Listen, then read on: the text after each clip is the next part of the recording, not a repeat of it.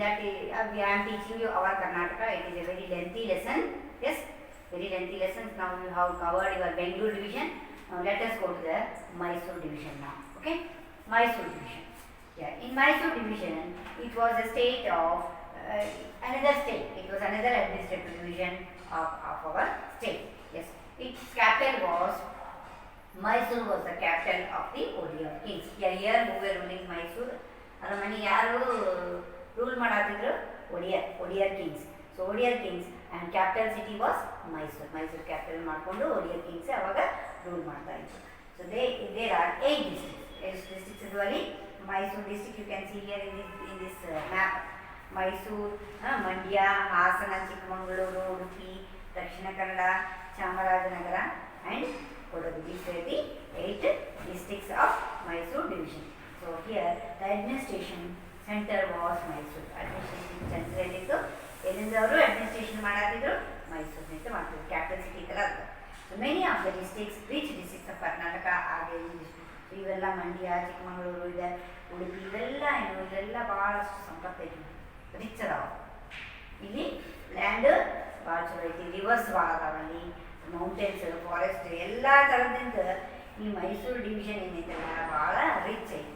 Okay, yes, this division is famous for rivers, mountains, forest, wild animals, coffee ತೋಟಗಳದಾವಲ್ಲಿ, plantations, coast and ports ಎಲ್ಲಾನು ಭಾಳ ಅಲ್ಲದ. ಅಂದರೆ ಎಲ್ಲ ಥರದ್ದು ಒಂದು ಸಂಪತ್ತಲ್ಲಿ ಐತಿ.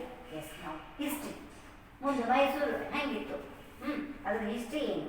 S, the history of Mysuru begins with Ganga.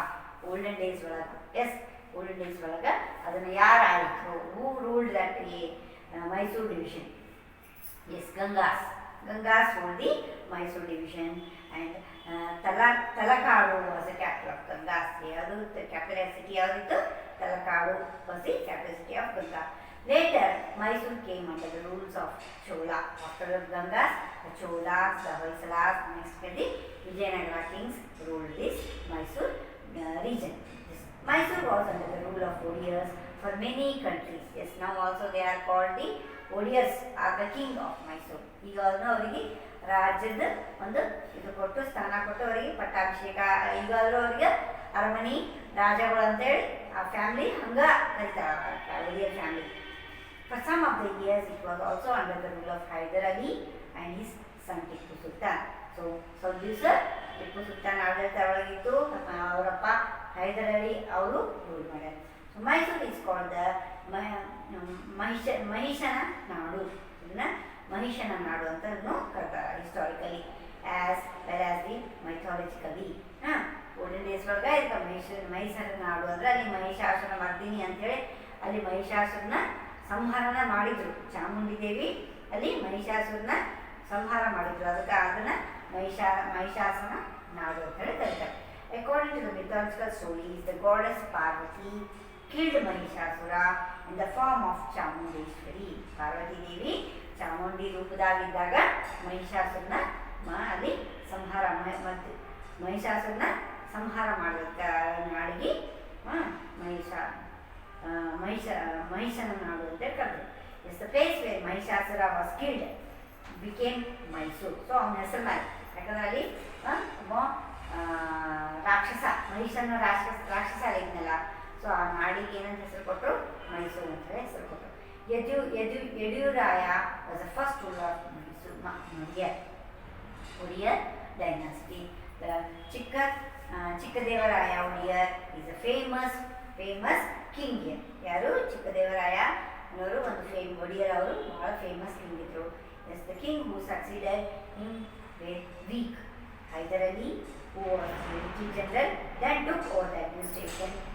Then his son Tipu Sultan. So, ಚಿಕ್ಕ ಒಡಿಯರ್ ಏನೋ ಸ್ವಲ್ಪ ವೀಕ್ ಇದ್ದ. ಆಮೇಲೆ ಏನಾಯ್ತು, ಅವ್ರ ಆಡಳಿತ ಯಾರು ತಗೊಂಡ್ರು? ಹೈದರ್ ಅಲಿ ತಗೊಂಡ. ಹೈದರ್ ಅಲಿ ಆದಮೇಲೆ ಟಿಪ್ಪು ಸುಲ್ತಾನ್ ತಗೊಂಡ. Like that throne was passed. ಹಂಗೆ ಅಡ್ಮಿನಿಸ್ಟ್ರೇಷನ್ ಪಾಸ್ ಹಾಕೊಂತ ಬಂತು. Is again next. So Mysuru Tipu Sultan ಎಲ್ಲಿ ಮಠ ರೂಲ್ ಮಾಡಿದ? 1761 to 1799 ಮಠ ಮೈಸೂರನ್ನ ಯಾರು ಆಳಿದ್ರು? Tipu Sultan ಆಳಿದ್ರು. Yes, Tipu waged many wars against Britishers. He negotiated with France to dethrone the British rule in India. He also took numerous people's friend measures to in his state. So Mysore,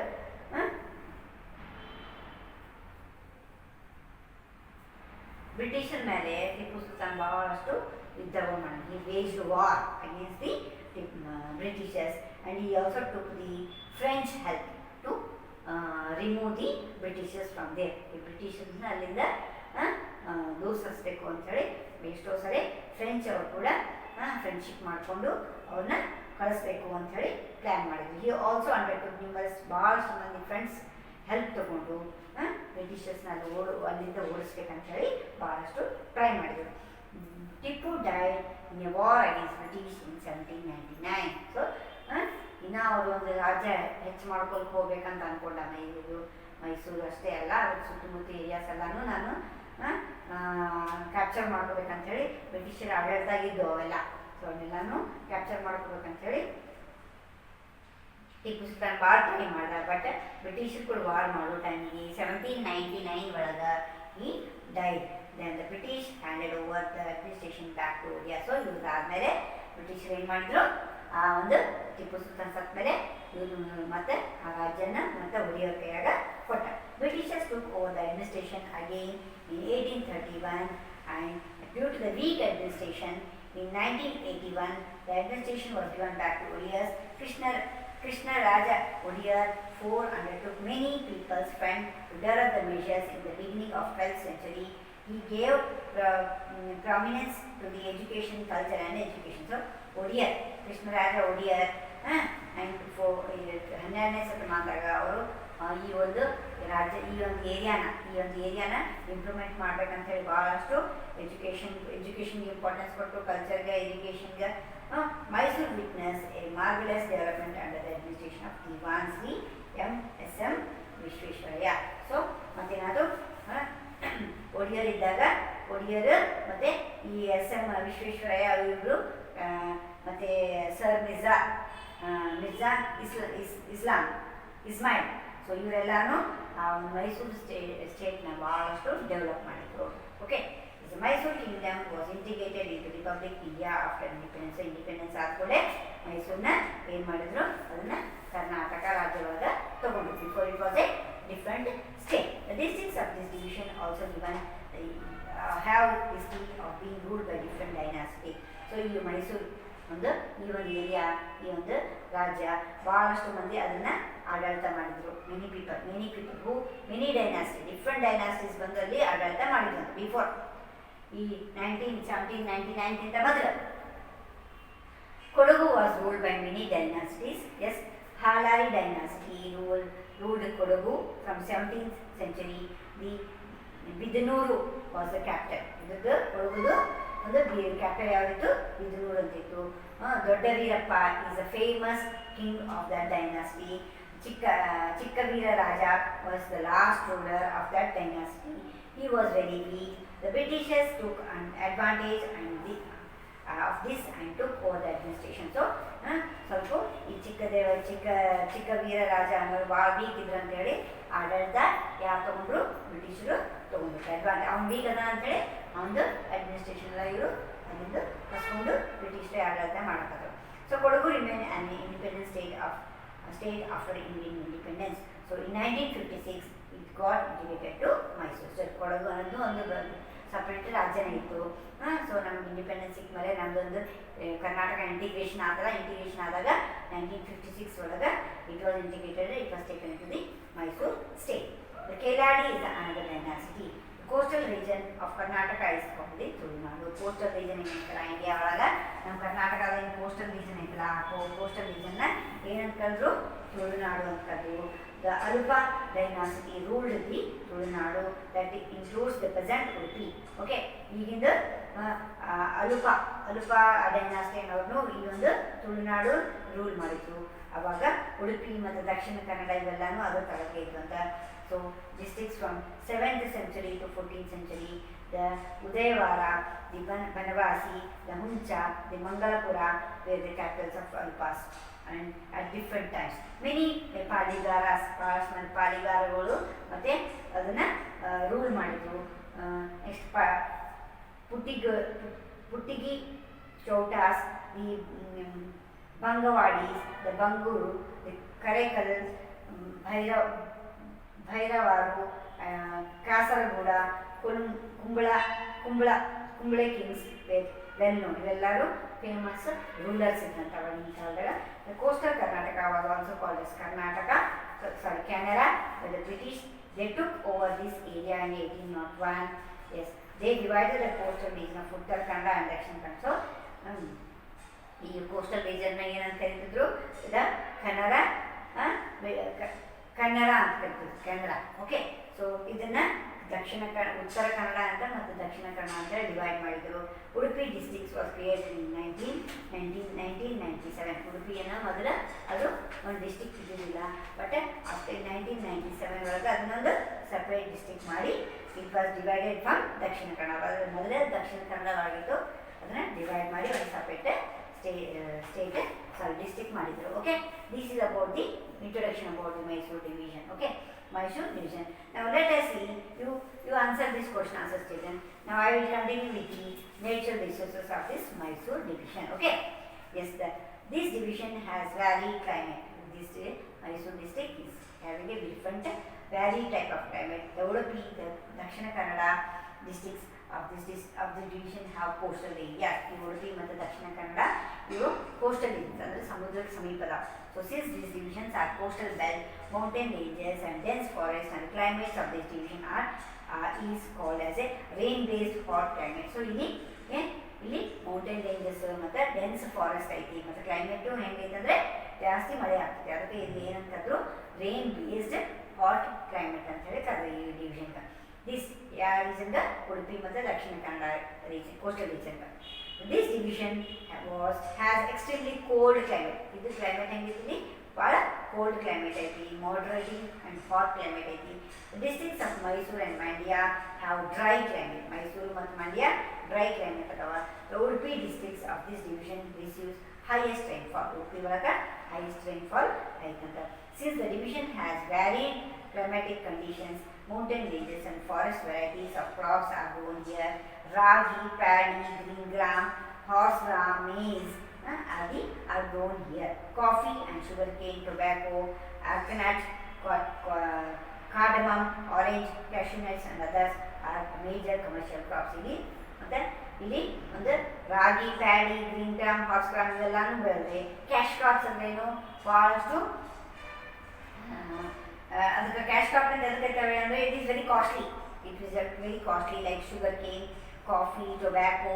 Okay, these are, and oranges, cardamom, masala beans ಇವೆಲ್ಲದಕ್ಕೂ ಏನಂತ ಕರೀತಾರೆ, cash crops ಅಂತ ಕರೀತಾರೆ. ಇವನು ಈ ಒಂದು district ಒಳಗೆ ಜಾಸ್ತಿ ಬೆಳೀತಾರೆ. First coffee in India was cultivated in Chikkamagaluru. First coffee plantation ಎಲ್ಲಾಗಿತ್ತು, ಚಿಕ್ಕಮಗಳೂರು ಡಿಸ್ಟ್ರಿಕ್ಟ್ ಒಳಗಾಗಿತ್ತು. ಬೀಟಲ್ ಲೀವ್ಸ್ ಅಂದರೆ ತಿನ್ನುವಂಥ ಎಲೆ. Okay, betel leaves are grown in many parts of this division. This division is rich by all natural resources. There are many types of forest here. All types of forest around ಇಲ್ಲಿ Kodagu, Dakshina Kannada, Mysuru, Chikkamagaluru district ಇಲ್ಲೆಲ್ಲ ನಮ್ಗೆ ಭಾಳಷ್ಟು forest ಕಂಡುಬರ್ತವೆ. ಇಲ್ಲಿರುವಂಥ forest ಒಳಗೆ ಸಿಗುವಂಥ wood ಯಾವುದು, teak, sandal, ಹೊಂಗಿ, Nandi, ಮತ್ತಿ and other trees also available in this forest. The forests of these divisions are known as a quality. Minor forest produce like honey and wild berries are also found here. Honey ಮತ್ತು wild berries ಇವೆಲ್ಲನೂ ನಿಮ್ಗೆ ಜಾಸ್ತಿ ಈ ಒಂದು forest ಒಳಗೆ ಸಿಗ್ತದೆ. This division has many small and mountains. Small mountains ಭಾಳ ಅಂತ Subramanya hill, the Himavad Gopalaswamy hill is there, the Male Madeshwara hill, the Biligiri ರಂಗನ hill, Mullayyana Giri, Kemmanagundi, the Chamundi hills, the Chandragiri hills, the Indragiri and of Shravanbelgalu are few of this, some of the hills found in this Mysore division. The Mysore division is known for the dense forest. ಈ district ಏನೈತಲ್ಲ Mysuru division, ಈ ಜಾಸ್ತಿ ಫಾರೆಸ್ಟ್ಗೆ ಇದು ಭಾಳ famous ಆದ place. Yes, here ಈ forest ಒಳಗೆ what type of ನಿಮ್ಗೆ ಡೆನ್ಸ್ ಫಾರೆಸ್ಟ್ ಒಳಗೆ ಫೇಮಸ್ ಟೈಪ್ಸ್ ಆಫ್ ಬಯೋಡೈವರ್ಸಿಟಿ ಅಂದರೆ ಭಾಳಷ್ಟು ಗಿಡಗಳು 10 ಗಿಡಗಳು ಅದಾವ ಭಾಳ ಡೆನ್ಸ್ ಫಾರೆಸ್ಟ್ ಐತೆ and tiger leopard, wild dogs, deer, fox, bison, snakes and other are the wild animals found in this forest. The Bannur sheep of Mandya district is very famous. Idaga the Bannur sheep antare adondu different type of breed. ಆ breed ಈ Mandya district ಒಳಗೆ ಬಹಳ famous ಆಗಿದೆ. Following are the famous rivers. ಯಾವ rivers ಅದಾವ ಇಲ್ಲಿ? ಕಾವೇರಿ, ಹೇಮಾವತಿ, ಹಂಗೇರಿ, Netravathi, the Kumaradhara, the Vedavati, Kapila, Yagachi and Gangoli. These are the famous rivers in this region. There are many waterfalls. Waterfalls the Gangana Chukki, the Vallar Chukki, the Abe Falls, the Lupa Falls, Ebbi Falls, Vella Falls ali ಬಹಳಷ್ಟು famous falls. ಇಲ್ಲಿ ಸಿಗುವಂತ ಒಂದು minerals ಯಾವ್ಯಾವ? What are the minerals found in this region? As you can see here, the bauxite, the feldspite, the chromite, the limestone, magnesium, granite are the major minerals found in this region. The feldspite is available only in Mysore district, the coastal region of Udupi district and Dakshina Kannada are known for fishing. Ili samudra samita it is called coastal region, so you can find fishing is the main important occupation and have many ports. Bahಳಷ್ಟು ports around that. The processed fish is exported to this district. From these districts, this has become a source of income for the thousands of fishermen of Kodagu, Chikmagaluru and Mysore districts have become the centers of timber trade. ಇಲ್ಲಿ ಅಂತ ಇರುವಂಥ ಫಿಶರ್ಮನ್ಗೆ ಇದೊಂದು ಉದ್ಯೋಗ ಆಗಿ ಅವ್ರದ್ದು ಒಂದು livelihood ಇದರಿಂದ ನಡೀತಕ್ಕಂಥ. Okay, this is the lesson about Mysuru division and the natural resources about the Mysore region. So in the next class we will go to the forest, wildlife and national parks of Mysore division. Thank you.